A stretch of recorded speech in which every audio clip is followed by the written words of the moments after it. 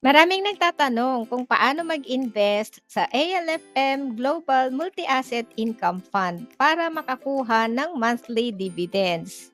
For background, ang ALFM Global Multi-Asset Income Fund ay isang klase ng mutual fund. It invests at least 90% of its assets in a target fund, the BlackRock Global Funds, which is managed by BlackRock, isa sa pinakamalaking investment firm sa buong mundo. Merong professional fund manager na nagmamanage ng fund kaya merong management fee na 1.5% per annum.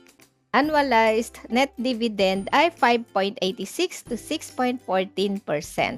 Monthly ang dividend payments every 15th to 17th day of the month, depende kung anong day pumatak ang 15th.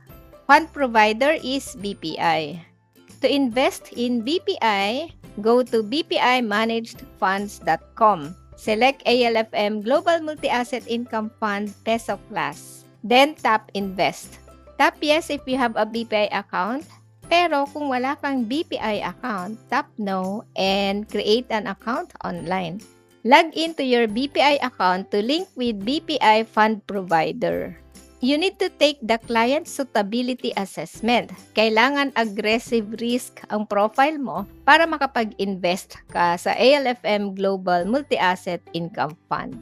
After taking the assessment, you can start investing through BPI online. Log into your BPI account, choose Investments, select Subscribe, choose ALFM Global Multi-Asset Income Fund. Indicate the amount and then tap continue. Lampas cut off na raw ako. Tap yes, proceed. Subscription was successful. Yay! Pinakamadaling mag-invest ay sa GInvest G-Funds ng GCash.